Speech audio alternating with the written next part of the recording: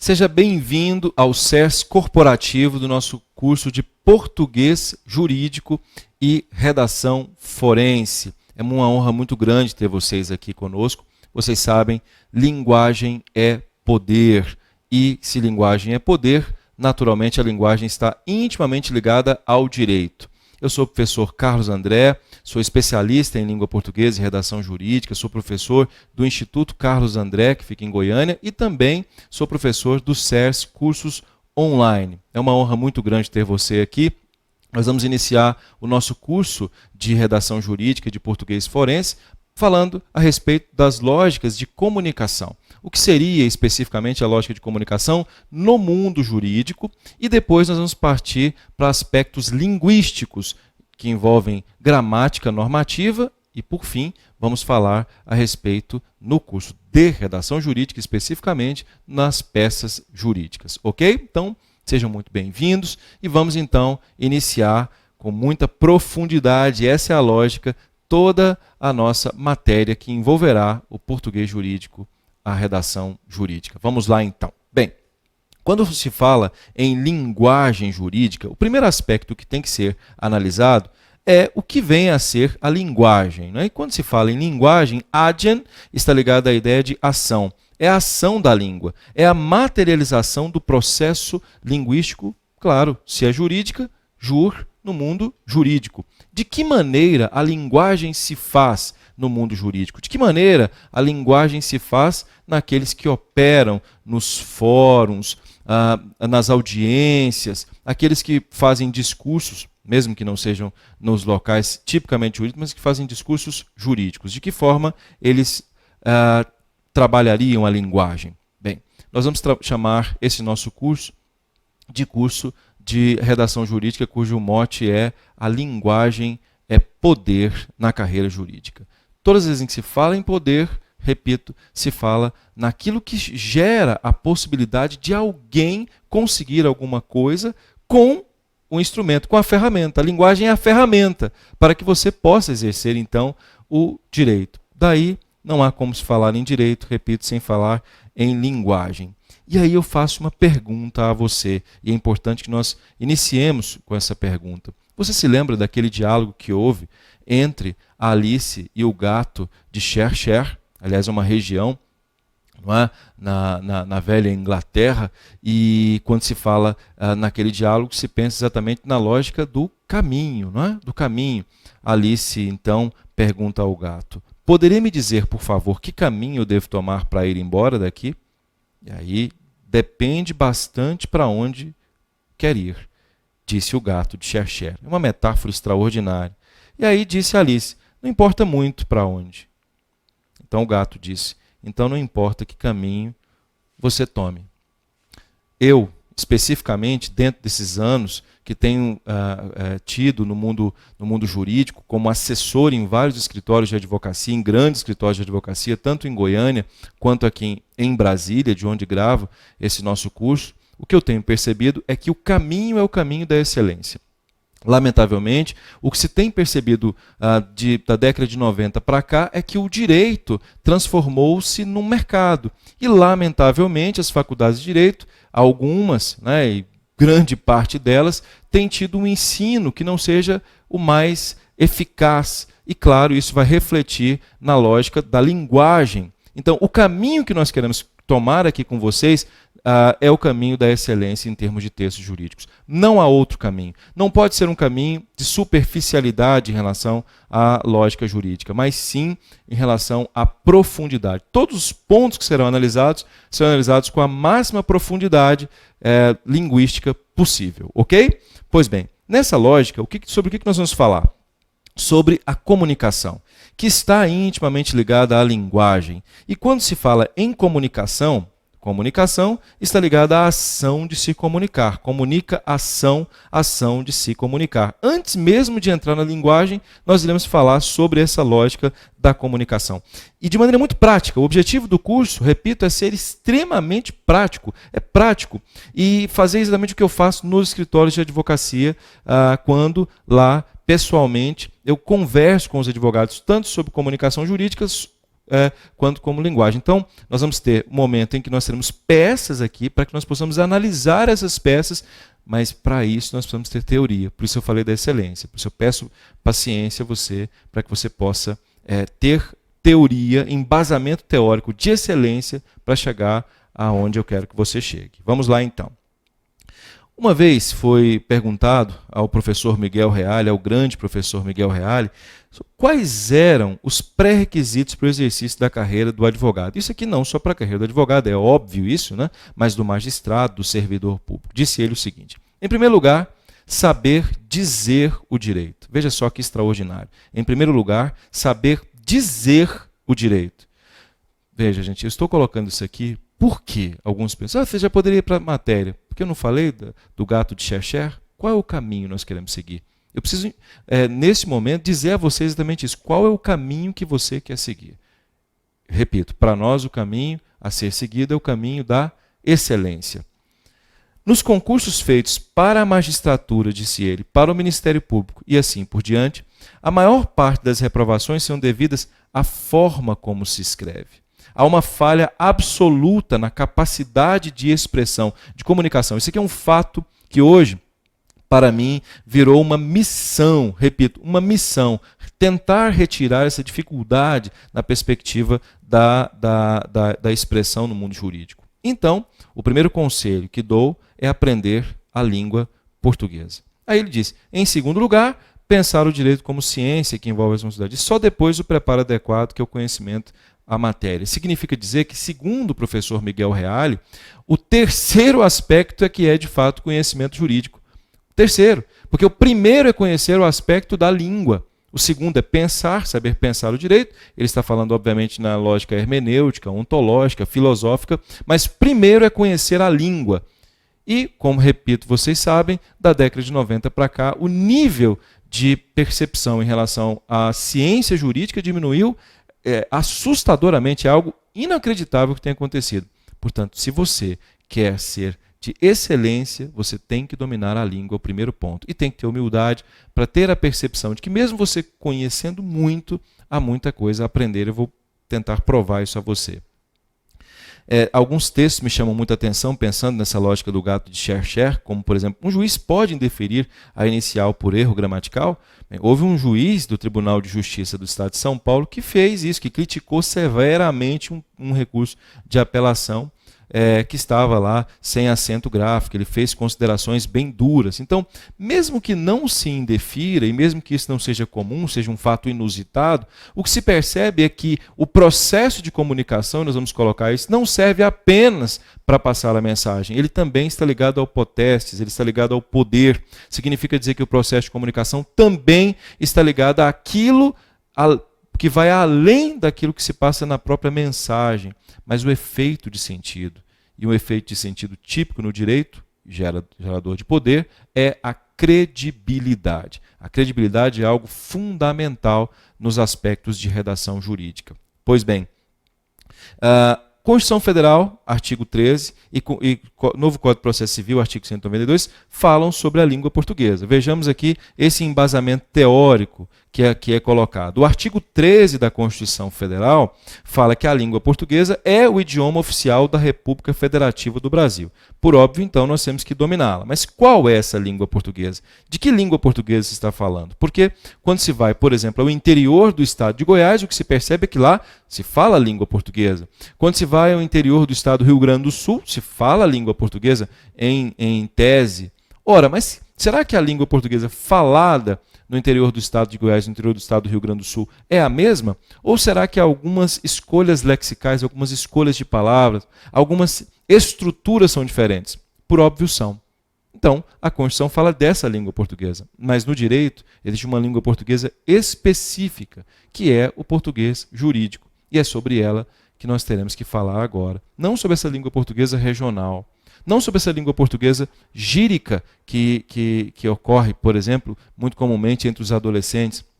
Não, nós vamos falar sobre a língua portuguesa que envolve as relações do jurista com o direito em si. Então, do advogado com o membro do Ministério Público, com o membro da magistratura, com a área policial, com a área diplomática, que é a área de que faço parte. Então, muito cuidado nós temos que ter em relação a esse aspecto, ok? Bem, em relação ao artigo 192 do Código de Processo Civil, sendo bastante categórico em relação ao direito, o artigo 192 do Código de Processo Civil, ele fala que em todos os atos do processo é obrigatório o uso da língua portuguesa. Hoje é muito comum a utilização de empréstimos linguísticos, né? A língua portuguesa é obrigatória em todos os atos de termos processuais. De que língua portuguesa se está falando? Da língua portuguesa padrão. E, aliás, para falar nessa lógica da língua portuguesa padrão, nós vamos estabelecer essa lógica do processo de comunicação. É a partir daqui que nasce essa lógica da língua portuguesa. Repito, no direito. Só no direito, na comunicação jurídica. É fundamental que nós entendamos esse processo que está aqui em termos de comunicação para que nós cheguemos a meio termo, a um termo em relação à questão do português jurídico. Importantíssimo, repito, importantíssimo chegar à conclusão de que isto aqui é a base, isso que você está vendo agora na sua tela, é a base de toda a perspectiva do português jurídico. Bem, na lógica do processo de comunicação, há sempre um emissor e há sempre um receptor. Quando se pensa na redação oficial, olhe bem os meus olhos, na redação oficial, quem é o emissor da mensagem? Por exemplo, de um ofício, por exemplo, de um memorando, de um aviso, de uma portaria. Quem costuma ser? O poder público, que vai se dirigir ou ao poder público ou vai se dirigir ao cidadão. Concorda? O emissor é o poder público. Mas quem é o emissor na redação jurídica? Na redação jurídica, o emissor faz parte, ou seria a parte, na perspectiva do processo. E a parte representada teoricamente, não necessariamente assim, o direito do trabalho é um exemplo clássico, juizados especiais também, por um advogado. Essa é a grande tendência. Então, aqui o emissor costuma ser. É claro que existem outras relações, mas o emissor costuma ser um colega advogado. E o receptor é o poder judiciário. Naturalmente, essa situação se inverte, e é muito importante nós entendermos isso, quando o poder judiciário é que, por exemplo, prolata uma sentença. E aí esta sentença será traduzida por aquele que defende um direito subjetivo, que é o advogado. Então, esta relação, esta seta pode ser invertida. Conquanto o que se possa observar é que, pela lógica, há a tendência, a provocação do advogado por parte do poder judiciário por parte daquele que tem o direito subjetivo ou o representante dele, que é a regra geral.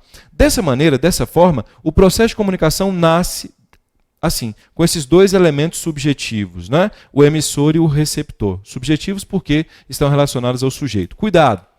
Nós precisamos, nosso curso é um curso que precisa começar assim. Muita gente fala, eu quero já falar sobre concordância.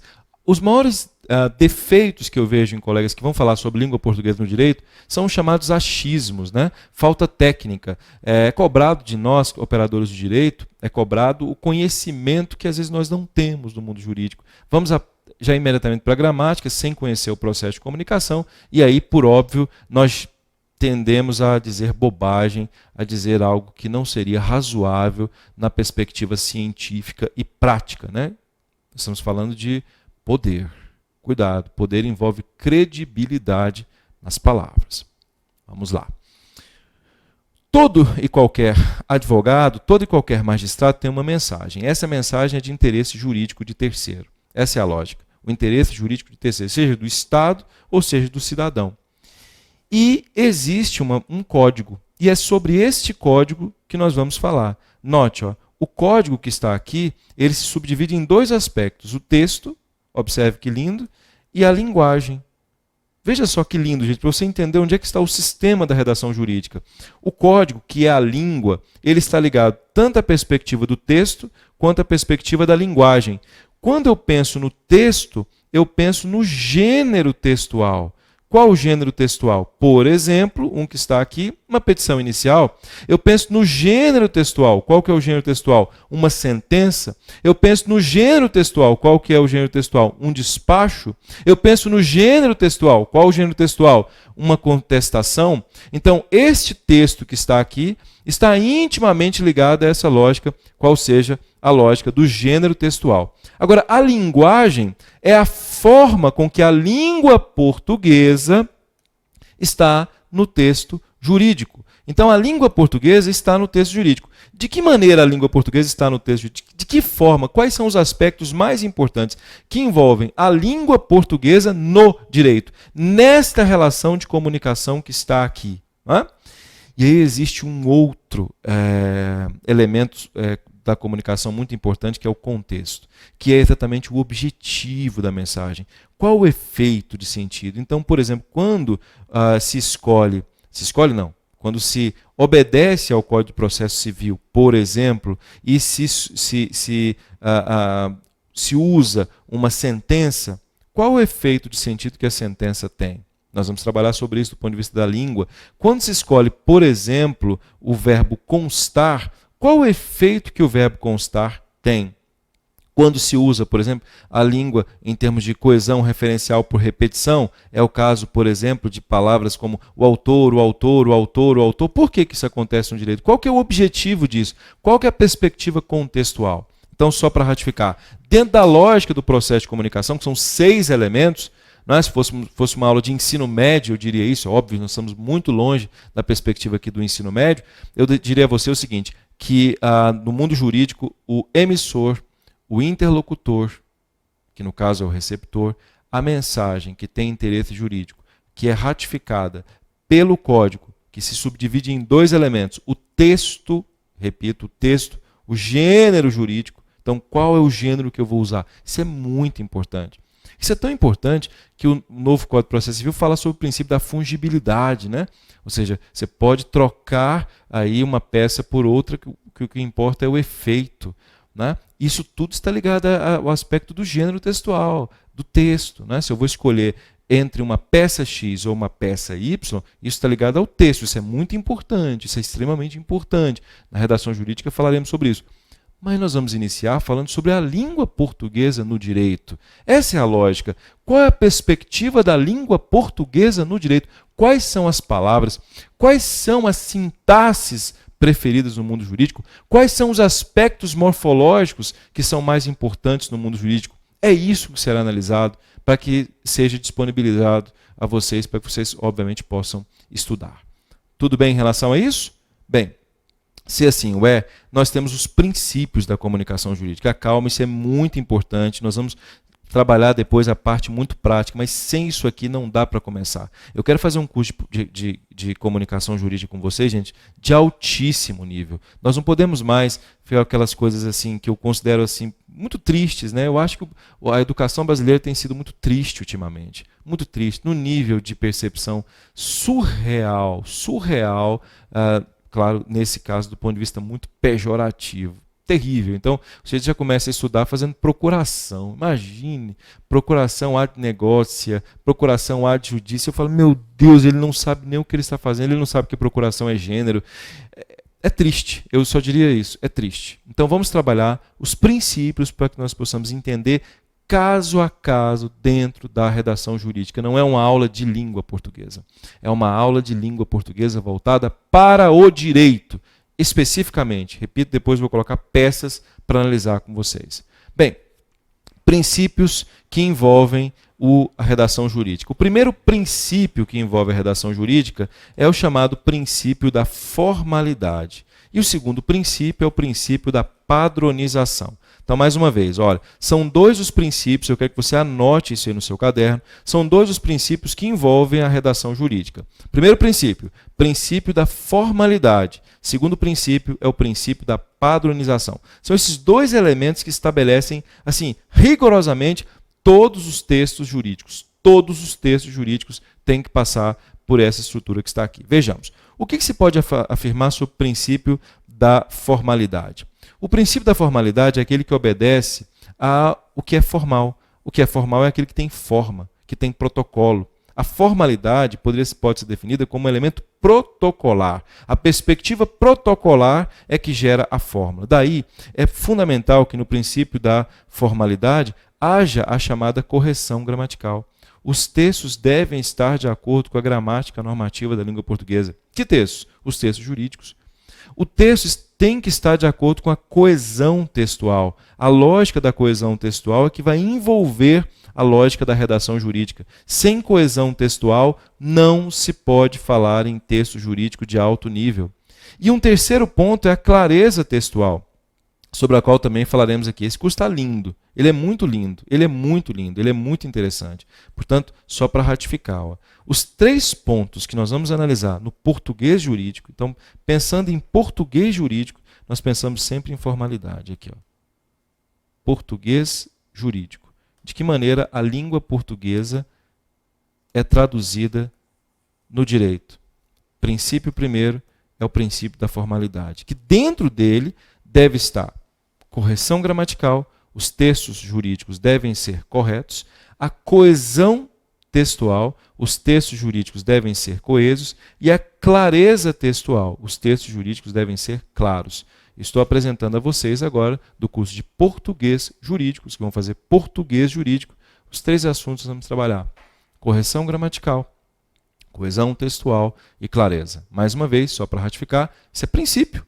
Correção gramatical, coesão textual e clareza. Isso tudo está dentro do princípio chamado princípio da formalidade, que é um dos princípios do português jurídico, da comunicação, que é mais amplo que português, da comunicação jurídica. Conseguem perceber isso ou não? Esse é um aspecto principiológico e fundamental para que nós possamos, lembra-se do gato de Cheshire?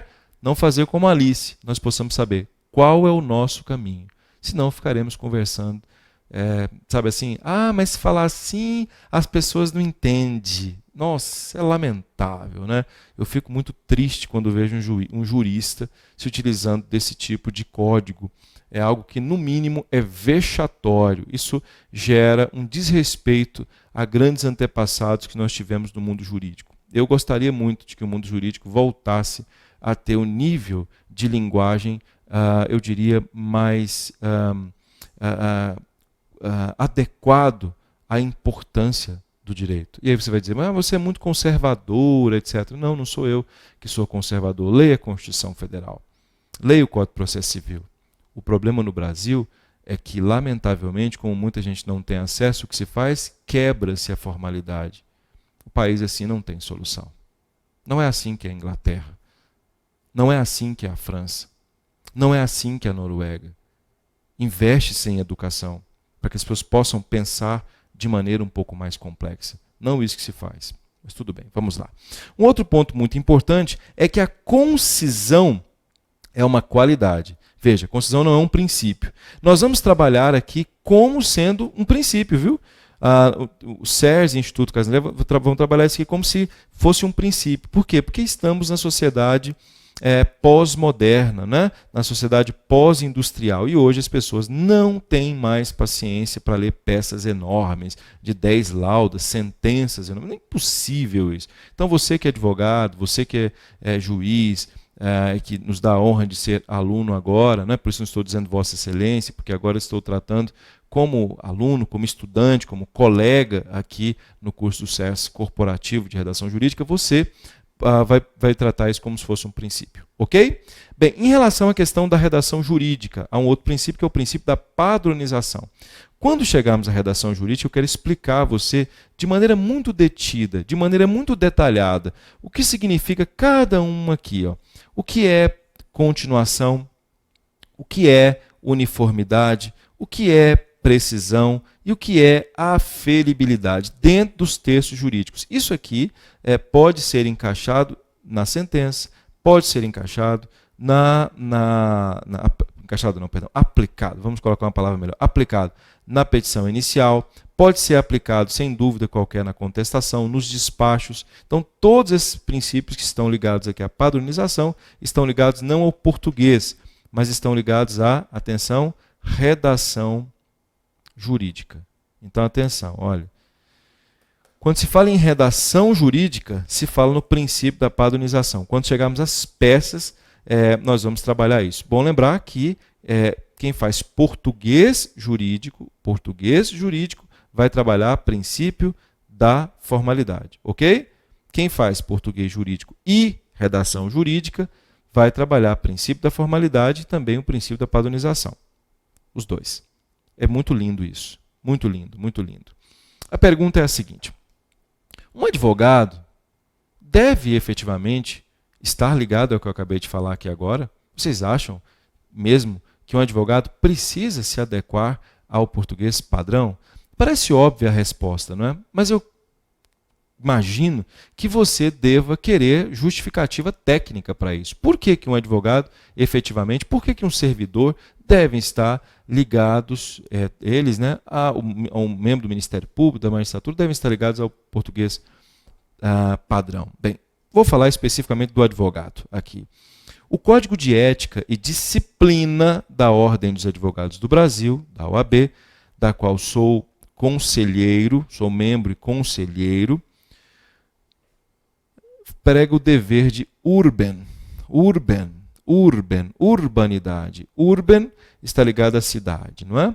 Depois da Idade Média, a grande tendência foi a construção da urban. Foi nesse momento em que o Homo sapiens, teoricamente, passou a desenvolver melhor suas habilidades de sociabilização. A perspectiva de sociedade, de relação com o outro, desenvolve-se na urban. E, portanto, urbanidade está ligada à ideia de quê? De educação. A urbanidade está ligada à ideia de deferência. A urbanidade está ligada à ideia de tratar o outro como se você fosse. Compreende? Tratar o outro com alteridade.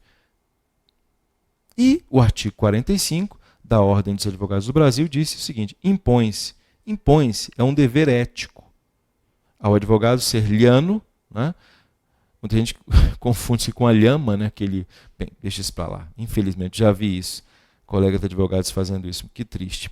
Ser liano, você vai procurar o dicionário e vai verificar o que significa ser liano.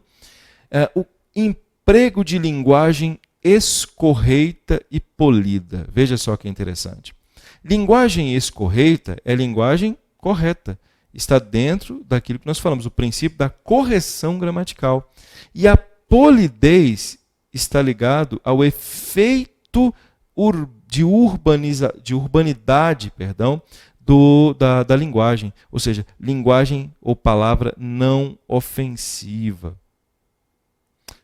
Palavra ou linguagem, até melhor vou colocar aqui, ó, palavra ou linguagem que gere simpatia. Mas então significa dizer que o advogado, além de usar a linguagem correta, com correção gramatical, ele é obrigatoriamente simpático? Sim, esse sim não significa dizer que ele não será, não terá uma palavra mais exigente, não é? Mais assertiva. Não é isso absolutamente. Mas é sempre escolher a palavra que possa fazer com que o cliente, fazer com que o colega advogado da parte ex-adversa, com que o servidor público, com que o membro do Ministério Público ou da magistratura percebam nele um caráter de civilização. Discordar de uma determinada ideia sem nenhum problema, desde que isso seja tratado com um nível de respeitabilidade, de simpatia. Isso é algo que deveria ser cumprido, não só pelos advogados, mas também pelos membros da magistratura e do Ministério Público. O que se quer, portanto, é estabelecer a lógica de que a linguagem escorreita e a linguagem polida são aspectos de principiologia, são princípios que envolvem o comportamento do advogado. Bem assim é da magistratura, bem assim é do Ministério Público. Então, se o sujeito é servidor público, também, da mesma sorte, ele deve se comportar dessa forma. E, por óbvio, existem elementos legislativos que falam a respeito disso, ok? Portanto, quando nós falamos a respeito da importância da língua portuguesa padrão, parece-me que com esse artigo e com todos os demais, todas as outras carreiras jurídicas, eu tenho certeza que fica claro a você. Ok? Então, esse primeiro bloco foi para mostrar a você, inicialmente, como é que é o processo de comunicação, para que nós já possamos, então, entrar efetivamente na língua portuguesa e o direito. Certo? Vamos, então, até o próximo bloco. Tome uma água e nós já voltaremos. Vamos juntos.